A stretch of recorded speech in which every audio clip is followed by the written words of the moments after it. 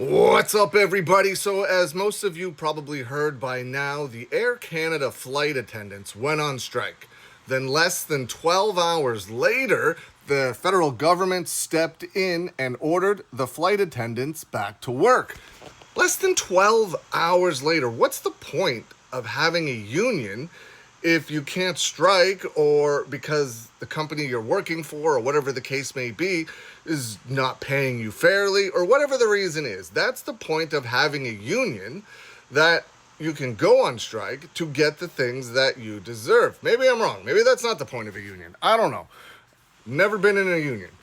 Air Canada has now stated it plans to resume flights on Sunday after the federal government stepped in. So today's Sunday. It says that they're going to resume flights today.